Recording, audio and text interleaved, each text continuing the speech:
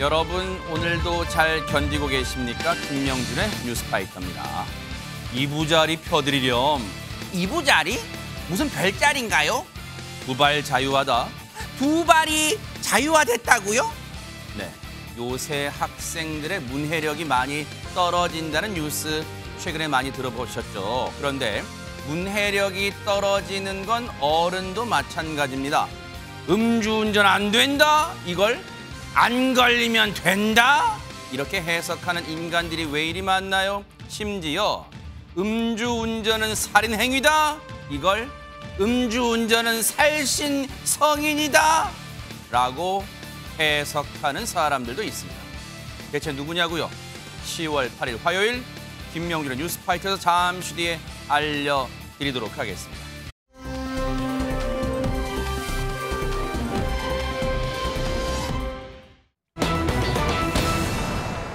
어머머 세상에 말만 들어도 아찔합니다. 고속도로에서 역주행이라뇨. 안진용 기자님. 네, 어제 이른 오전 인천 경인고속도로에서 벌어진 일입니다. 공포의 역주행을 벌인 차량 한 대 때문에 정말 피할 새도 없이 대형 교통사고가 벌어졌는데 그 현장 영상을 통해서 설명드리겠습니다. 네네. 비상등을 켠 경차 한 대가 도로를 천천히 달립니다. 이 차량 위험천만하게도 일방 통행인 고속도로 나들목을 지금 역주행으로 진입하고 있는데요. 차들이 빠르게 달리는 고속도로 들어간 순간 속도를 줄이지 못한 차량과 저렇게 충돌하고 맙니다. 세상에. 뒤따르던 다른 차량들도 미처 피하지 못해 줄줄이 사고로 이어지면서 고속도로는 순식간에 아수라장이 되어버렸습니다. 어머 세상에. 아니 근데 보세요.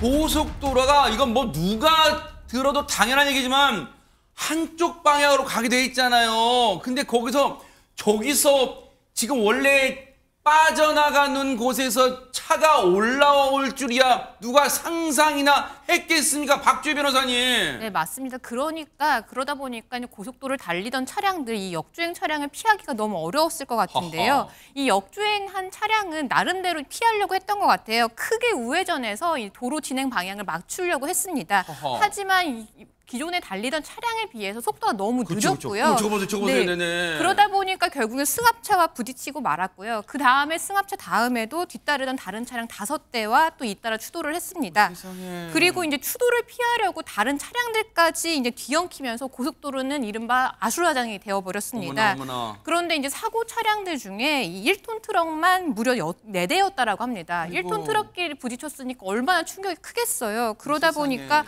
결국 이 사고로 이 3명이 부상을 입었고요. 70대 트럭 운전자 1명이 사망을 했습니다. 어머나 세상에. 그리고 뿐만 아니라 이게 아수라장 된 이 고속도로를 처리하기 위해서 2시간가량 출근길 이 차량 정체가 빚어지기도 했습니다. 세상에. 그런데 이 운전자 역주행했으면 뭔가 의심스럽잖아요. 네. 그런데 조사 결과 음주도 마약도 한 상태가 아니었습니다. 뭐라고요? 아니 음주 상태에도 그리고 무슨 나쁜 약물을 복용한 것도 아닌데 어쩌다가 이런 대형 사고를 친 거 지금 사망사고 난 거예요. 지금 안타깝게도. 그런데 보세요. 어쩌다 이런 대형 사고 났는지 얘기 들어보시고 이어가 보도록 하겠습니다. 포토를 계속 들이받았어요. 충격으로 포토가 튕겨나가면서 포토가 승용차를 또 들이받고 1차로 지수를 들었을 때는 내비 듣고 오다가 헷갈린 것 같아요. 우회전하는 데는 줄 알고서 잘못 들어간 거죠. 아니 얘기를 듣고 보니까 지금 음주도 약물 복용도 아닌데 지금 어처구니 없는 게 내비게이션을 잘못 알아듣고 저기를 들어갔다는 거예요. 지금 전현 평론가님. 예, 이 여성 운전자는 중국적인 것으로 파악이 됐다라고 하는데요. 내비게이션에서 70m를 더 가서 우회전하라는 안내 방송을 잘못 알아듣고 그만 일찍 이렇게 우회전을 해버린 겁니다. 세상에. 일방통행 나들목으로 들어다 보니까 이렇게 일찍 우회전을 하면서 역주행이 저렇게 상황이 발생한 건데요. 아하. 이 운전자는 일단 우리나라에서 발급한 운전면허증을 갖고 있었다고 합니다. 그리고 경기도 화성에서 인천으로 출근 중이었는데 지리를 잘 몰랐다. 그래서 잘못 알아들은 것으로 일단 경찰에 진술을 했다라고 합니다. 변호사님께서 설명해 주셨듯이 일단 경찰 조사 결과 음주나 마약 때문은 아니고 단순 운전 미숙으로 사고를 낸 것으로 추정이 됩니다. 아니 그럼 보세요. 앞서 그 상황도 그래픽 좀 보여주세요. 원래대로라면 보세요. 이 여성 운전자가 차량을 몰고 저 교차로에서 지금 최재문 교수님, 네. 지금 저희가 이제 시청자분들이 이해를 돕기 위해서 그린 건데 원래는 저 화면 위쪽으로 직진을 더 가서 해야 된다는 거예요?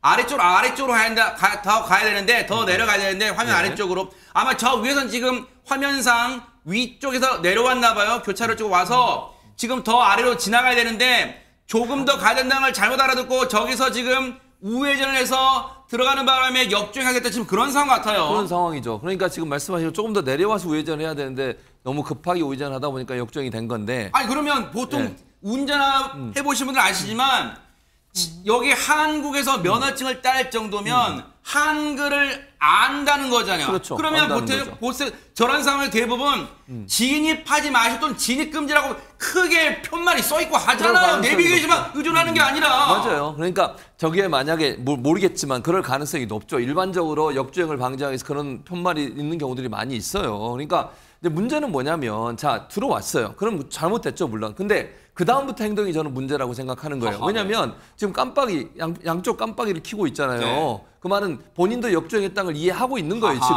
그 다음에 천천히 속도를 줄여요. 네. 그러면 저 상태에서 어떻게 해야 되느냐? 가능한 한 갓길에 붙여서 멈춰야 돼요. 저기 들어가면 안 된다는 거예요. 그렇죠, 왜냐하면 그렇죠, 네. 들어가는 순간 역주행이 돼버리는 거잖아요 네. 지금. 그러니까 지금 나들목도 잘못 들어가서 역주행이 됐는데 저 큰 도로에서 오는 차들이 저렇게 많은데 저기서 계속 진행을 한 게 문제라는 거예요. 아하. 그러니까 일단 역주행으로 들어간 것 자체도 잘못됐지만 네. 제가 볼 때는 저렇게 깜빡이를 켜면서 천천히 속도를 줄이는 것은 어느 정도 본인도 역주행했다는 걸 인지했을 텐데 지금 아차 싶은 거예요 지금. 그렇죠. 네. 그러면 가능한 한 갓길에 붙여놓고 경찰에 저렇게 신고하죠. 회전을 크게 돌았어요 그렇죠. 지금. 근데 저게 문제라는 거예요. 저기서 만약 돌지만 않았어도 사고가 저렇게 크게 안 났을 거거든요. 네.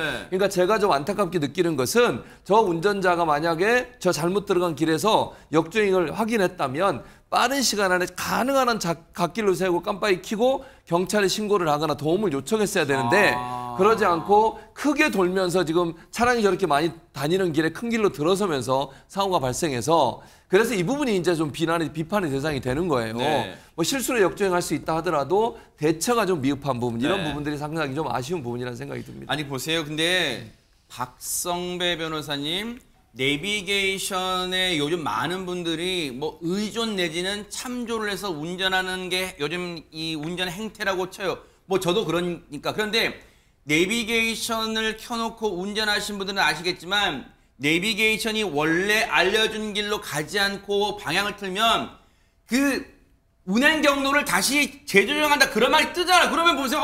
내가 잘못 들어왔구나. 지금 본인도 아까 영상에 보면 비상등을 깜빡깜빡 켰어. 그럼 그때라도 멈춰서 예를 들어서 자신은 차량, 왜냐하면 차량 안에 있으면 위험할 수 있으니까 본인이 차량 밖으로 나와서 지금 최재문 교수님 말씀하신 것처럼 구조 신호를 보내든가 연락을 했으면 되는데 이 사고로 애꿎게 지금 아무 죄 없는 운전자가 사망했단 말이에요 지금.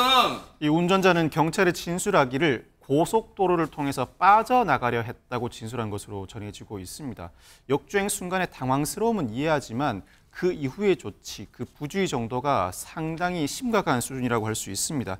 경찰은 일단 이 운전자를 교통사고처리특례법상 과실치사 혐의로 입건했는데 역주행을 인지하고도 사고를 방지하기 위한 여러 가지 조치를 취할 수 있었음에도 불구하고 그대로 고속도로로 진입해 대형 사고를 일으켰다. 높은 형 선고가 불가피해 보입니다. 구체적으로 1명이 사망하고 3명이 부상을 당했고 지시 위반으로 볼 여지가 있을 뿐만 아니라 그 과실의 정도가 중한 만큼 적어도 금고 1년에서 1년 6월의 실형 또는 그 이상 선고도 충분한 사안으로 보입니다. 아니 근데 저 중국인 여성 운전자는 법에 따라 우리 대한민국 법에 따라 처벌을 받겠지만 앞서 말씀드렸죠. 운전자가 다른 운전자가 아무 죄 없는 운전자가 사망했어요. 그리고 다수의 운전자분들이 중경상을 입었어요. 그분들은 하루아침 날벼락 입은 거예요. 특히 사망하신 분 유가족분들은 이 황망하게 지금 이 어디 가서 지금 보상을 받아야 된단 말인가요? 정말 너무 어처구니가 없고요. 그리고 이걸요.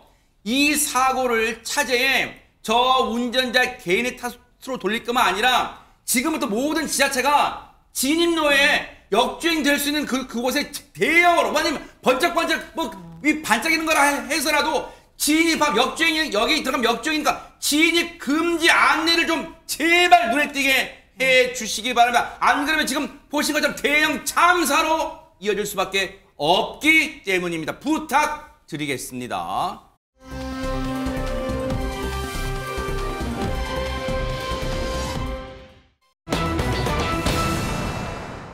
상당히 많은 국민들 분노 내지는 안타까움 내지는 또 어리둥절함. 왜 그랬을까?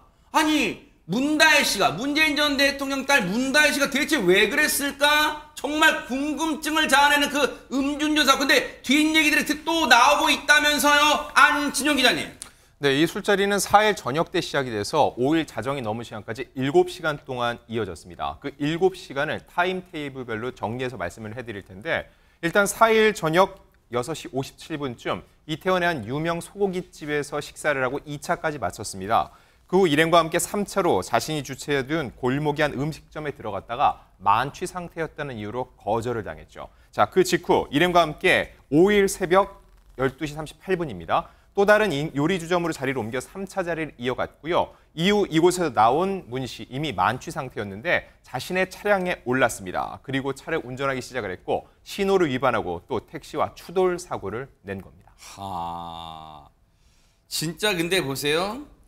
이 요리주 지금 애초에 소고기 식당 들어가서 이 술을 마시다가 다른 곳으로 옮겨요. 그런데 다른 이 음식점 들어가려다가 일단 쫓겨나요. 근데 박성배 변호사님, 대체 당시에 문다혜 씨가 얼마나 취한 상태였길래 해당 음식점 주인이 아유 나가주세요 안 받습니까 이랬을까요?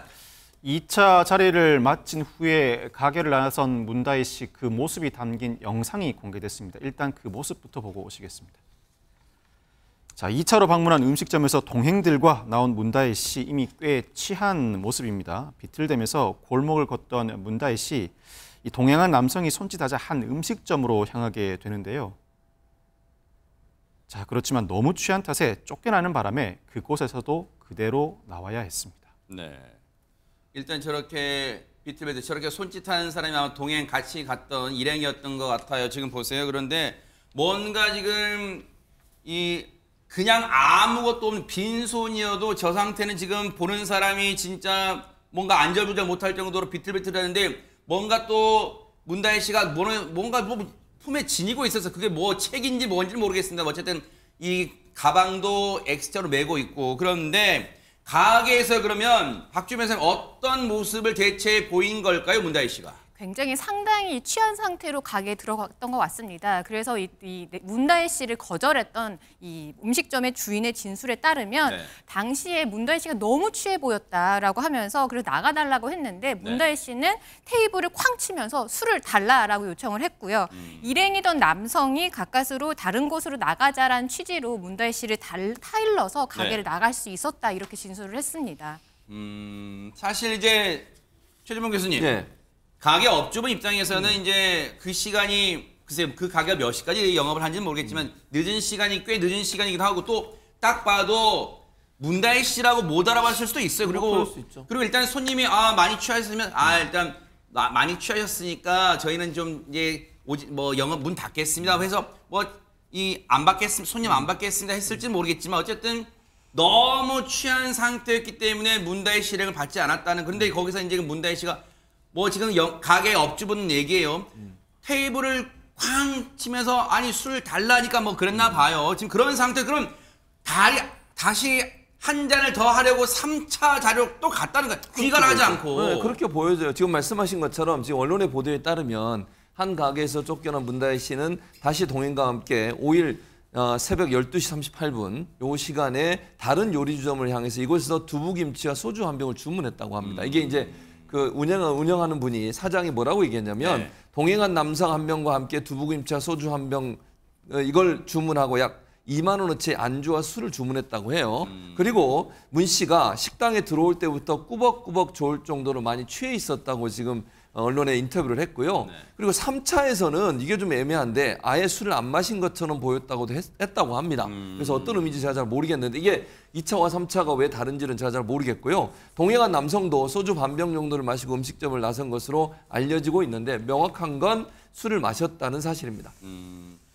아마 이제 미루어 짐작컨대 이제 아마 이걸 굳이 뭐 해석까지는 안 하겠지만 3차 자리에서 술을 시켜놓고 너무 취한 나머지 이제 술은 시켰지만 뭐 두부김치 등등 안주는 시켰지만 술이 오면 술을 안 마시고 뭐 꾸벅꾸벅 존다거나 아니면 가만히 멀뚱멀뚱 있으니까 안 마신 것처럼 보였다. 술을 안 마신 것처럼 보였다. 이제 그런 해석도 할 것 같은데 근데 애초에 문다혜 씨 일행은 문다혜 씨와 남성 2명이 있었어요. 근데 3차까지 가는 경우에 이 과정에는 한 명이 빠집니다. 그래서 마지막에 3차 자리에는 앞서 2차 자리에서 나가달라고 했을 때 길에서 보면 한 남성이 이렇게 손짓하죠. 이쪽으로 갑시다. 그냥 빨리 나오세요. 갑시다. 그렇게 보이잖아요. 그래서 2명만 애초에 3명으로 시작된 그 술자리가 음식 자리와 술자리가 이 자정을 넘기고서는 새벽 시간에는 3차 자리에서는 남성 1명과 문다혜 씨가 있는 걸로 지금 CCTV상에 보여요. 그리고 가게 업주분도 그렇게 얘기를 하고 있고 그런데 보세요.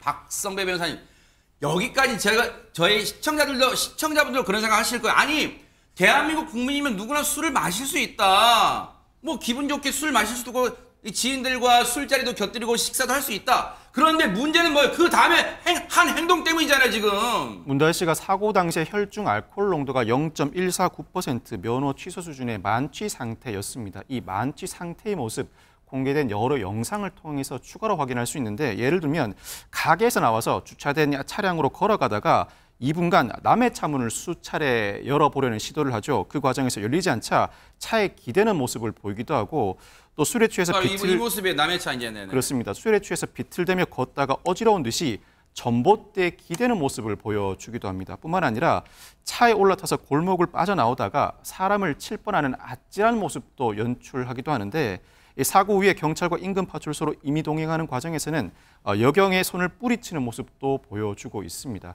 아시는 것처럼 아직까지 경찰 정식 조사가 이루어지지 않은 상황이라 문다혜 씨는 조만간 경찰 소환 조사를 앞두고 있는 상황입니다. 네. 뭐 오늘도 기자들이 용산경찰서에 뭐 진치고 있다가 오늘 안 나올 것 같다, 오늘은 안 올 것 같다 뭐 그런 얘기도 저희 제작진에게 또 들려주곤 했어요. 그런데 사실 저 상황에서 앞서도 말씀드렸지만 술은 드실 수 있어요. 누구나 대한민국 국민은. 그런데 저 상황에서 운전대를 잡았다는 게 문제예요. 보면은 코트를 묶는 끈이 바닥에 질질 끌린다. 그걸 못 알아차릴 정도로 지금 인사불성 상태였어. 그리고 뭔가는 품에 알았는데 그게 얼마나 중요한 건지 모르겠지만 비틀비틀하고 있는 그런 상황으로 전봇대에도 기대고 남의 차에도 기대고 지금 그런 상황이었어. 그런데 전현 평론가님, 음주운전은 그 대한민국 그 누구에도 예외일 수 없어요. 절대 하면 안 되는 거예요. 근데 지금 글쎄요. 이걸 어떻게 바라봐야 될까요? 문다혜 씨의 저 행동을 옹호해주는 글들이 있다면서요. 뭡니까? 예, 최근 일부 온라인 커뮤니티를 보면 문다혜 씨 관련된 소식이 올라오고 즉 뉴스가 공유되고 댓글이 달리고 있는데요. 이 댓글 내용이 또 다른 논란으로 이어지고 있습니다. 예를 들면 얼마나 괴로웠으면 음주운전까지 했을까, 너무 딱하다. 이런 내용이 올라오고 안타깝다. 전직 대통령 딸인데 소형차를 타고 다니는 것도 대단하다. 이런 취지의 글이 올라오기도 했고요. 또 일부 댓글에서는 문다혜 씨가 대해서 일부러 아버지 대신 희생한 듯 예수님이 생각난다. 이런 댓글이 또 올라오기도 했습니다. 댓글이 최진모 교수님. 네. 댓글 자유예요. 뭐 댓글은 다 쓸 수 있죠. 왜냐하면 또 회원 가입하는 사이트 같으면 회원 가입해서도 자신의 의사 표시할 수 있으니까 할 수 있어요. 또 어떤 자유 게시판에 회원 가입 없어도 자유롭게 할 수 있으니까 또 한다 쳐요. 근데 제가 글마다 토를 다는 건 아니지만요. 그래요. 괴로웠겠죠. 뭐 지금 자신을 둘러싼 뭔 여러 가지 일들이 있으니까. 근데 보세요. 전직 대통령 딸인데 소형차 타고 다니는 것도 대단하다. 아니 그러면 대형차 타고 다니면 또 대형차 타고 다닌다고 또 이 뭔가 이 품행 맞지 않게 대형차 타고 다닌다고 비싼 차 타고 다닌다고 외제차 타고 다닌다고 뭐라 할 거 아니에요. 그렇죠. 이런 글들도 글쎄요 어떻게 봐야 될지 뭐죠. 그 다음 거예요. 마지막 거. 일부러 아버지 대신 희생한 듯 예수님, 목사님이시니까 제가 여쭤보는 거예요. 예수님이 생각납니까? 아니요. 무슨 소리예요? 말도 안 되는 소리죠. 예수님 왜 생각이 납니까? 지금 이 상황에서. 본인의 잘못을, 물론 이게 본인이 쓴 게 아니니까 제가 문다혜 씨를 비판하려고 하는 생각은 없어요. 다만 이런 글을 통해서 마치 문다혜 씨가 무슨 예수님처럼 희생했다 이런 얘기를 하는 건 도저히 용납하고 받아들일 수 없는 얘기고요. 아니 그러니까 누구든 상관없어요. 그게 뭐 어떤 진영이든 뭐 정치적 성향에는 관계없고요.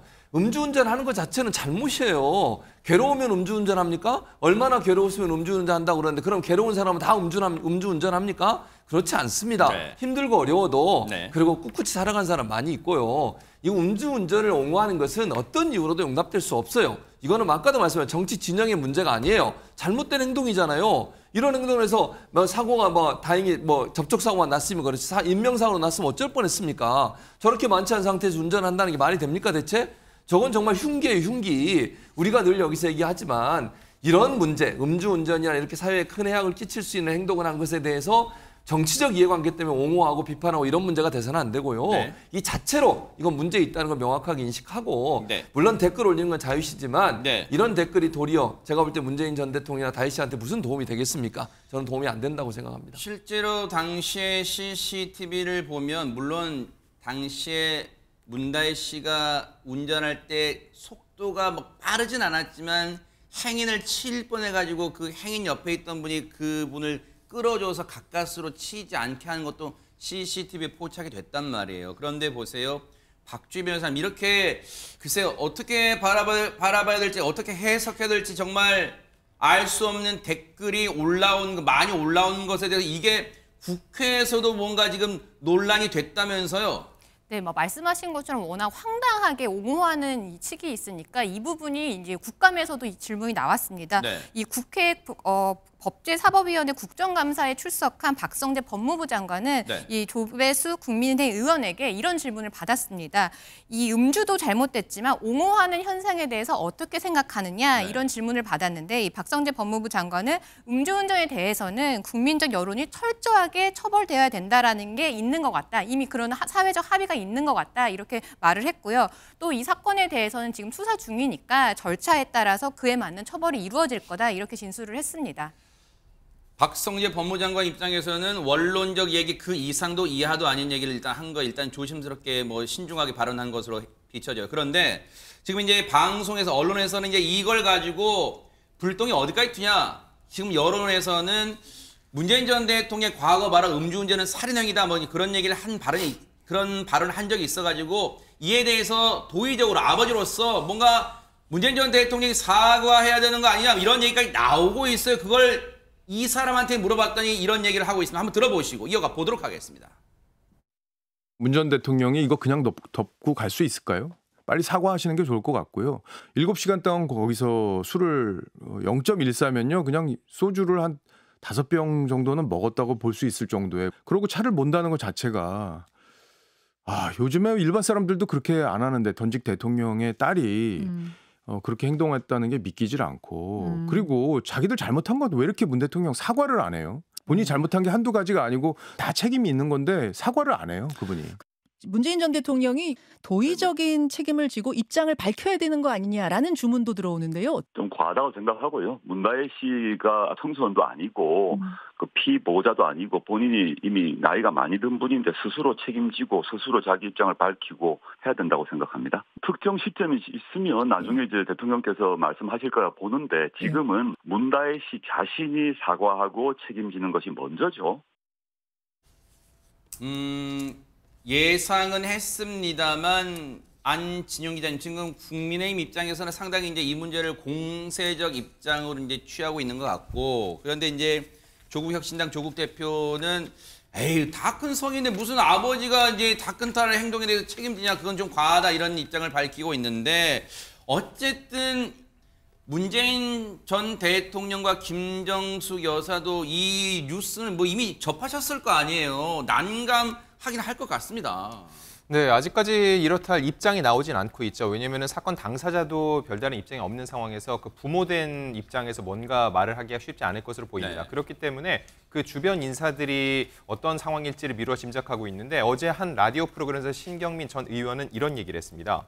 문재인 전 대통령 입장에선 딸 문제가 굉장히 아픈 손가락이며 이번에 음주 사건까지 겹쳐서 부모로서 별로 할 얘기가 없는 상황이 돼버렸다.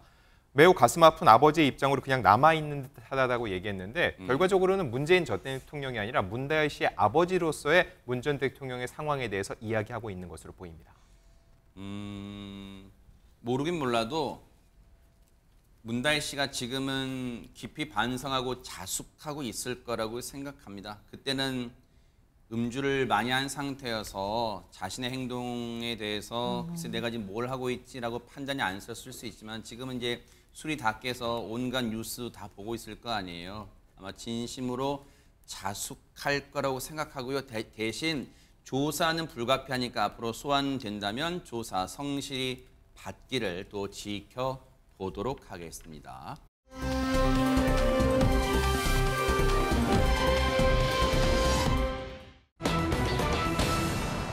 제목 보세요. 아니 요즘 각 지자체가 청춘 남녀의 건전한 만남을 주선한다는 얘기 많이 들어봤지만 아니 박주희 변호사님 군대도 뭐 그런 거예요 지금? 그렇지 않습니다. 한 누리꾼이 한 말인데요. 이 국방부 산하 기관에서 한 수장이 여성이 군대를 가면 커플도 늘어날 거고 그러면 결혼도 늘어날 거면 그러면 자연스레 출산율도 올라갈 거다. 이런 부적절한 발언을 해서 이 글에 대한 누리꾼이 한 댓글을 단 겁니다. 뭔 말이에요 이게? 구체적으로 어떤 논란이 된 발언을 했는지 한번 직접 들어보시죠. 아, 네네. 여성이 이제 군에 가야 되는 상황이 됐어요. 그러면 생활관에서 남녀가 같이 물론 방은 따로 쓰겠지만 대학교 기숙사처럼 같이 있을 거 아닙니까? 그럼 자연스럽게 거기서도 남녀 이제 좋아하는 커플이 생기고 그쵸. 전우애 같은 일생을 같이 할 수 있는 전우애가 생겨서 그쵸. 오히려 결혼도 많아지고 또 그다음에 아기도 많이 낳지 않을까 하는 또 그런 생각도 해봤는데 그걸 잘 이렇게 유도해서 하려니까 기회를 자꾸만 제공한다는 측면에서 그것도 좋고 또 유사 시에는 전투력으로 활용이 되잖아요. 들으신 시청자분들이 지금 아마 3초간 얼음이 되셨을 거예요. 저게 무슨 해괴 망측한 얘기냐?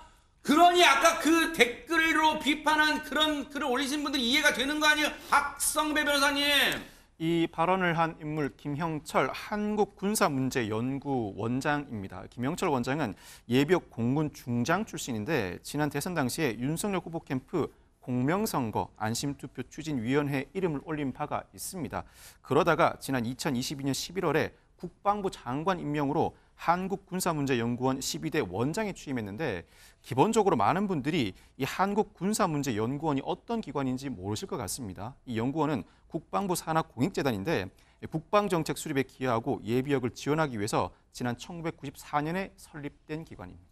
아니 국방부 산하기관 나라 국민 세금으로 월급 받아먹으면서 지금 저런 저기 아이디어라고 지금 내놓은 거 아니 해병대 부사관 출신이신 죄송합니다. 장교 출신이신 정말 이거 민감하니까 해병대 장교 출신 장교 출신이신 최대범 교수님 어떻게 보셨습니까? 이 말이 됩니까? 이게 지금 뭐 하는 행동이에요, 이게? 아니, 군대에서 무슨 기숙사처럼 남자 여자 같이 있으면 사랑이 싹트고 애도 낳고 지금 여성을 뭘로 지금 하는 겁니까? 인격체로 군인은 여성 남성이 없는 거예요. 그냥 맞아요. 군인인 거죠. 군인이죠, 군인. 근데 그거를 무슨 출산의 어떤 기회로 결혼의 기회로 여성이 군대 가면 그런 일이 된다고 여성 징병제에서 얘기하다 이런 얘기가 나온 거예요. 이렇게 얘기하면 여성들이 군대 가고 싶겠습니까? 아니 같은 인격체로서 남성과 결여서 아무런 뒤떨어짐이 없음에도 불구하고 여성을 마치 군대 가서 전후에 생기면 애를 낳고 결혼하고 이런 말이 안 되는 소리를 하면 되겠습니까? 이게 문제는 뭐냐면 사기업도 아니고 국방부에서 임명하는 공익재단이잖아요. 그곳에 있는 분이 이런 얘기를 했다고 하니까 화가 나고 이거 들으시는 가정에서 계시는 시청자분들고 여성분들 또 여군들은 얼마나 화가 나겠습니까? 우리는 어떻게 대응하는 거예요 대체? 그러니까요. 그래서 야당에서는 국방부 장관에게 이 사람 빨리 사퇴시켜라고 사과를 촉구하고 있는 상황이고요. 박선원 의원 같은 경우는 군대를 출산의 도구로 삼으려는 매우 부적절한 인사다. 임명권자인 국방장관은 즉각 사과하고 사퇴시켜라고 얘기하고 있고 근데 여기에 대한 이 김 원장의 해명도 저는 좀 이해가 안 돼요. 언론에 나와서 뭐라고 해명했느냐. 남녀 간 만남의 장이 필요하다는 취지에서 가볍게 한 말이래요. 군대가 무슨 미팅 강소예요? 선보는 곳이에요 군대가? 나라 지키러 가는 곳이잖아요. 그곳에 가서 자기의 능력을 발휘하는 여군들에 대해서 저런 식으로 폄훼하는 얘기를 했다는 게 말이 되냐는 거예요. 그리고 부적절하면 사과하겠다. 이미 부적절해요. 사과하고 사퇴하시는 게 맞다고 생각합니다. 이런 사람이 흔히 말하는 3스타였어요? 3스타? 별 3이었어요? 아니 근데 이 말을 들은 많은 누리꾼분들도 어떤 입장을 내놓을지 궁금한데요. 안진용 기자님. 사람들 느끼는 바는 다 비슷합니다. 무슨 군대가 소개팅의 장인 줄 알고 있냐. 남자 만나러 여자 만나러 아이 낳으러 군대를 가는 것이냐. 말도 안 된다는 얘기고요. 기승전 출산으로 가는 사고 과정이 문제라는 따끔한 지적도 있었습니다. 개인적으로 생각을 보태자면요. 이런 논리라면요. 기본적으로 여성 직원들이 많은 회사 같은 경우는 출산율이라든지 결혼율이 높아야 되는데 전혀 말이 안 된다는 거죠. 지금 이건 진영 논리로 따질 게 아니라 그냥 기본적으로 상식에 맞지 않는 이야기인 겁니다. 그래요. 이거는 그리고 굉장히 불쾌한 얘기예요. 이거 진짜 아까 최진무 교수 말씀하셨지만 뭐 이런 사고방식을 갖고 있는 사람이 나라 세금으로 지금 월급 받고 있습니까? 그리고 저희 더 이상 얘기 안 할게요. 알고 있는 발언 다 하고 싶지만 어쨌든 사과했으니까 정말 자숙하고 더 우리 군의 발전을 꾀하는 그런 방안 좀 생각해내기 바랍니다. 엉뚱한 소리 하지 말고요.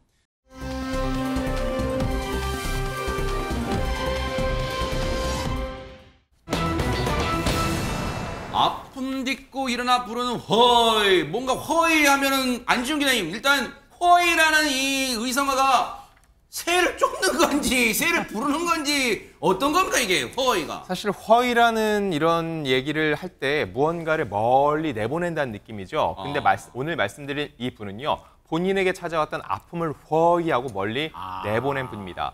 바로 이 트로트 가수 정미애 씨 이야기인데 네. 한 트로트 오디션에서 2위, 준우승을 차지하면서 전성기를 맞이했었는데 반갑네요 정미애 씨 오랜만에. 아이고 네. 그렇습니다. 이렇게 탄탄대로를 걷던 정미애 씨 3년 전 갑자기 설암 3기라는 큰 병이 찾아왔습니다. 뭐라고요? 암? 그렇습니다. 이로 인해서 꽤 긴 시간 투병 생활을 해야 됐는데 어머나. 오랜만에 MBN 동치미에 찾아와서 그동안의 이야기를 털어놨습니다. 어머나. 그 이야기 영상을 통해서 직접 한번 만나보시죠. 네네. 동치미에 지금 한 3년 차 네, 한 3년 만에 그렇죠. 나왔어요. 네. 사람 3기?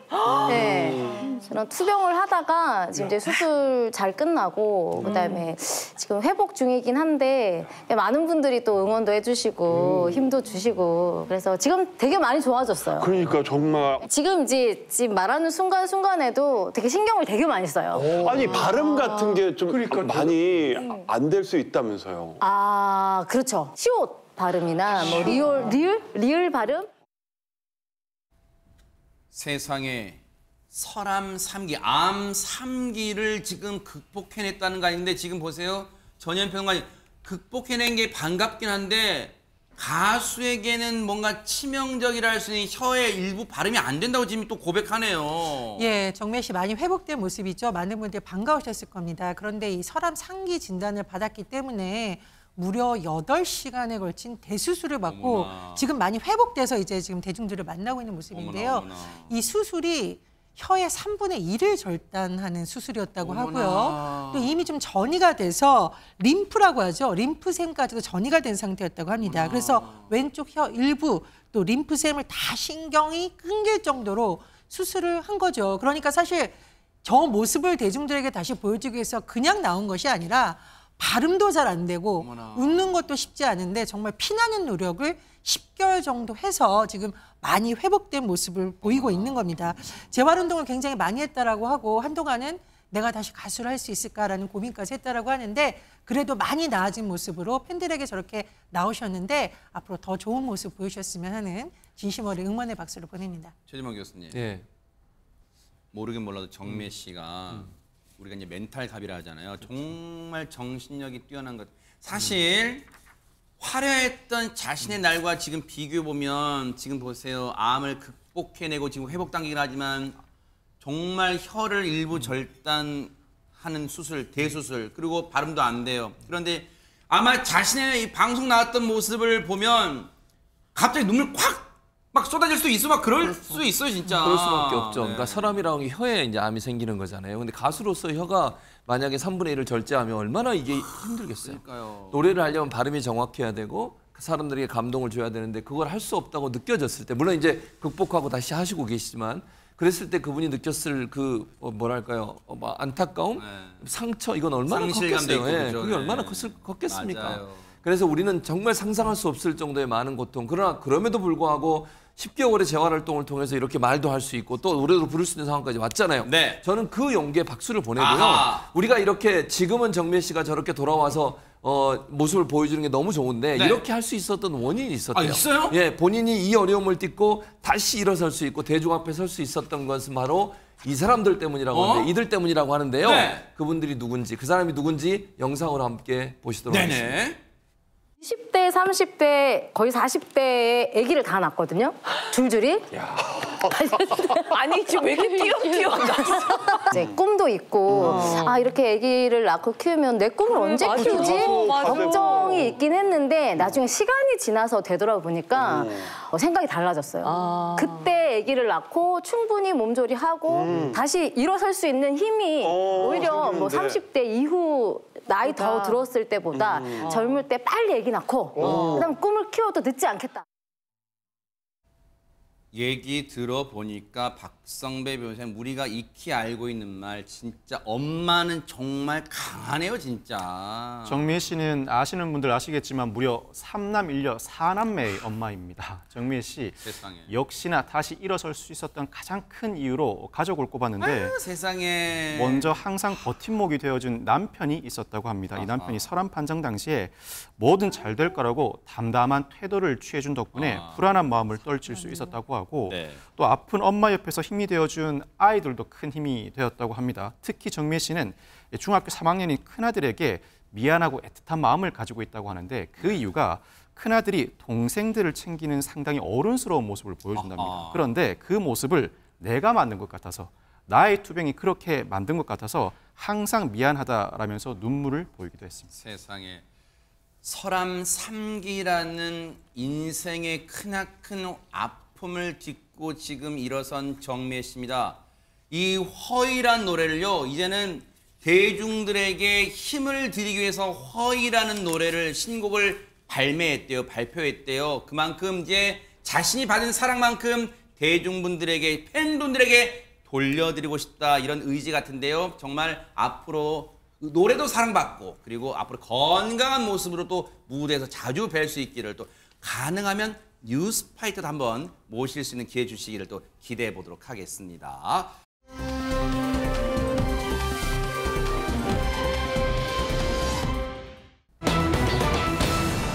한밤중에 고개 운전도 빵당 시츄에이션에 지금 뭐 했다고요? 전현 평론가님? 네, 정말 한밤에 아찔한 도주극이 벌어졌습니다. 지난 8월 한 도로에서 저 차량 뭔가 음주운전인 것 같다라는 신고를 받고 경찰이 출동했는데 음주운전도 잘못이지만 그 다음 행동 더 잘못입니다. 관련된 상황 영상으로 확인해 보겠습니다. 네네. 네, 경찰이 차량을 받고 신고를 받고 출동을 해서 차량을 발견했습니다. 네. 잠시 정차한 틈을 타서 운전석에 다가가는데요. 안 서. 차선을 바꿔서 또 이 차량이 도주합니다. 경찰차가 계속 쫓아가는데도 멈추지 않아요. 속도 위반도 위험한데 보시면 중앙선 차로 왔다 갔다 하면서 정말 고개 운전을 펼칩니다. 어린이 보호구역 정말 위험한데 더 빠르게 달립니다. 결국 멈칫하는 순간에 저렇게 순찰자에 가로막혀 버리는데요. 운전자 이래도 차문을 열지 않아요. 결국 경찰이 다가가서 삼남봉으로 유리창을 깨고 운전자를 체포했습니다. 이 도심에서 펼쳐진 아찔한 추격전. 그런데 역시나 운전자 만취 상태였습니다. 아니 또 우리가 그 귀에 못이 박히도록 듣는 그 분노의 음주운전이었다는 거예요, 안진용 기자님. 네, 지난 8월 26일 밤 12시 50분쯤 대구 서구에서 벌어진 일입니다. 음주 의심 신고가 접수돼서 경찰이 출동을 했는데 그리고선 이 운전자에게 내릴 것을 이제 검문하려고 하자 곧바로 도주해버린 거죠. 그때부터 무려 15분 동안 2.5km의 공포의 질주가 시작됩니다. 그러면서 계속적으로 위법 행동을 하는데 일단 중앙선을 넘나들었고요. 역주행을 했고 신호위반, 과속등, 난폭 운전을 일삼았습니다. 지금 역주행하는 장 그대로 찍혔네요, 지금. 그렇습니다. 네. 더 큰 사고로 이어진 게 다행이다고 느껴질 정도인데요. 일단 경찰들 이 차량을 멈춰 세운 다음에 운전자를 끌어내렸는데 30대 여성이었고 양팔로 경찰이 부축을 해야 될 정도로 만취 상태였습니다. 결국 현행범으로 체포된 이 여성, 그 후에도 경찰의 음주 측정을 무려 3번이나 거부한 것으로 전해졌습니다. 아이고, 또 진짜 못된 짓을 해요. 음주 측정을 왜 거부합니까? 당시에 정말 경찰분들도 아찔한 상황, 다칠 수 있는 상황이었어요. 관련 얘기 들어보시고 이어가 보도록 하겠습니다. 그 차량에서 내려서 수차례 이제 하차 명령하고 이제 시동 정지 명령을 했는데도 불구하고 음주운전자는 이제 자기 자신의 휴대폰을 보거나 저희의 이제 대답에 요청에도 불구하고 전혀 대답도 안 했고요. 아울러 이제 수갑을 채우고 순찰차로 이동하는 과정에서도 거의 보행이 불가능할 정도로 다리를 휘청휘청하는 모습을 보였고요. 언행도 이제 혀가 완전 꼬부라진 상태로 거의 불가능한 상태로 보였습니다. 그래서 만취 상태라고 판단했습니다.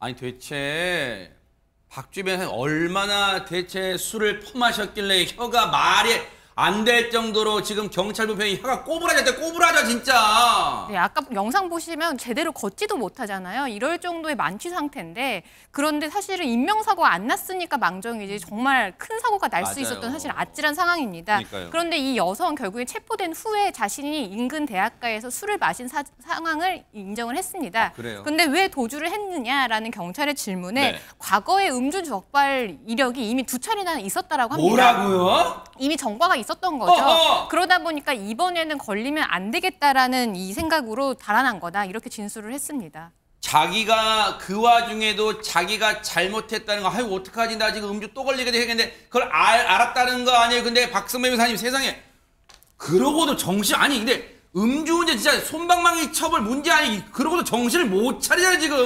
경찰은 이 30대 여성을 음주 측정 거부 혐의로 입건해서 이미 검찰에 송치했다고 하는데 제가 예상컨대는 수사 과정에서 구속영장을 신청할까 상당히 고민했을 것 같습니다. 그래요? 이 음주운전은 혈중 알코올 농도 0.03% 이상, 0.08% 이상, 그리고 0.2% 이상에 따라서 각각 차등에서 법정형을 규정하고 있는데 음주 측정 거부는 이 0.08% 이상과 0.2% 이상 사이의 법정형을 규정해 두고 있습니다. 그렇지만 이 사안은 음주 측정 거부 사안임에도 불구하고 0.2% 이상 사안보다도 더 높은 실제 형량이 선고될 것 같습니다. 그 이유가 역주행의 신호 위반의 과속에 도로교통상의 위험이 매우 높았을 뿐만 아니라 15분간 약 2.5km를 도주한 데다 제지당한 이후에 순순히 내리지 않고 경찰이 3단봉으로 유리창을 깨기에 이르렀습니다. 이 공무수행에 상당한 지장을 초래했고 동종 전과도 있습니다. 이 정도 사안이면 적어도 징역 1년 이상이 선고되어도 운전자 입장에서는 할 말이 없는 사건이라고 할 수 있습니다.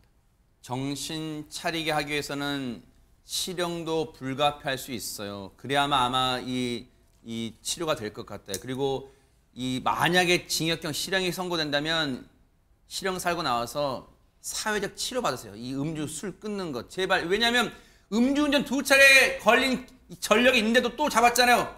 그러길 기대를 해보고. 그리고 보세요. 대학가에서 술 마셨다 그랬잖아요. 물론 요즘 혼자 술 마시는 혼수라는 분도 있겠지만 다른 사람과 어울려 술 마셨을 가능성이 크죠. 그럼 보세요. 제발 얘기하는데 다른 사람은 뭐 하는 거예요? 이 사람이 술 먹고 운전대 잡을 때까지 그 동석했던 사람들 뭐 하는 겁니까? 도덕적으로 방조했다는 비판에서 벗어날 수 없다는 거 명심하기 바랍니다.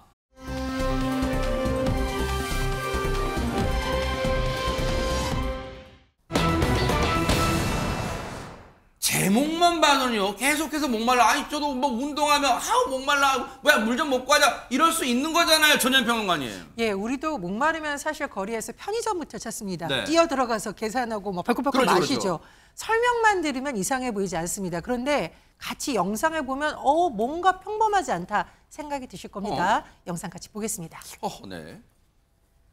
자, 한 남성이 들어오는데 자세히 보시면 찜질방에서 입는 옷을 입고 있어요. 편의점 들어와서 자 과자가 있는 코너 지나서 냉장고 앞에서 냉장고를 열었는데 바닥에 주저앉고 음료수 계속 꺼냅니다. 네. 굉장히 힘들어 보이죠? 그러네요. 무릎 사이에 고개를 묶고 몇 병을 더 챙겨 겨우겨우 일어나서 자 계산대로 이동합니다. 네. 그리고 나서요 음료수를 바로 벌컥벌컥 마십니다. 자, 복장도 뭔가 특이하고 자세도 이상하고 나중에 철퍼덕 엎어지기 적이었습니다. 뭔가 이상하죠? 신고를 받고 경찰이 출동했고요. 어딘가 수상해 보이는 이 남성을 데리고 경찰들이 이동합니다.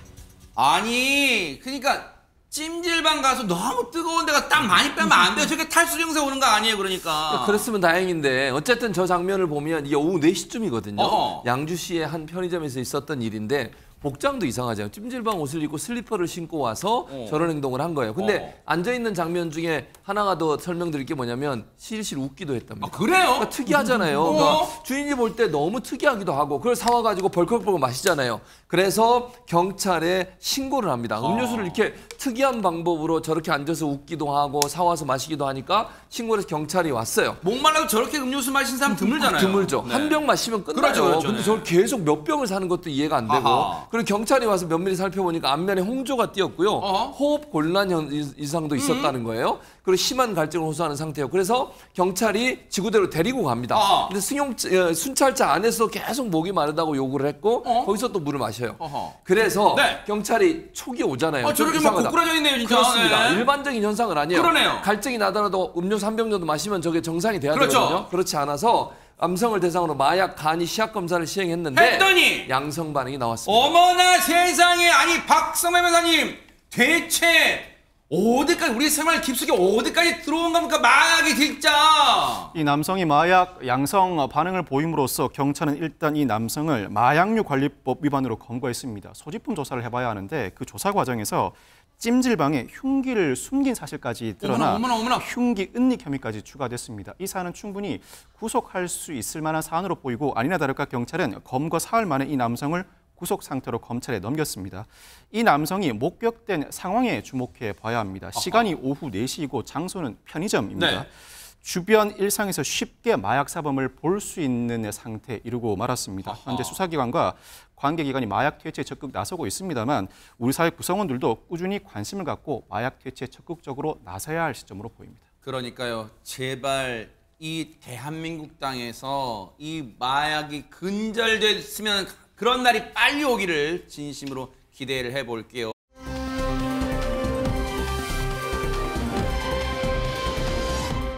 지금 이 순간에도 전 세계가 바삐 돌아가고 있는데 첫 번째 소식은 잠시 숨을 돌리신 박성배 변호사님이 준비하고 계십니다. 이 착륙하는 여객기에 돌발 상황이 벌어져서 아찔한 상황을 맞이하게 됩니다. 미국 라스베가스 해리 리드 국제공항으로 가보시겠습니다. 네네. 자, 활주로를 미끄러지는 여객기 바퀴 부분에서 시뻘건 불꽃과 함께 연기가 쉴 새 없이 뿜어져 나옵니다. 이 착륙 과정에서 기차 하단에 화재가 발생했기 때문인데 이 연기를 감지한 조종사 공항 관제센터에 비상사태임을 전달했고 불이 붙은 일촉즉발의 상태로 일단 착륙에는 성공했다고 합니다. 빨리 꺼야 되잖아요. 더불어 미리 대기 중이던 소방차와 구급대원들이 신속히 불길을 잡으면서 190여 명에 이르던 승객과 승무원 모두 다친 곳 없이 무사히 탈출했습니다. 세상에. 현재 항공당국 정확한 사고 원인과 착륙 과정에서 무슨 문제가 있었는지 조사를 진행하고 있습니다. 야, 진짜 놀란 가슴을 영상 보는 저희가 쓸어내리고 있는데 영화 같은 데 보면 저 상황에서 특히 비행기는 이 연료가 많기 때문에 금방 또 폭발 사고로 이어지는데 정말 대처를 빨리 잘 한 것 같아요. 사고 원인을 반드시 밝혀내야지 동종 비행기 다 같은 사고 안 일어나게 막을 수 있지 않을까 그런 생각 해봅니다.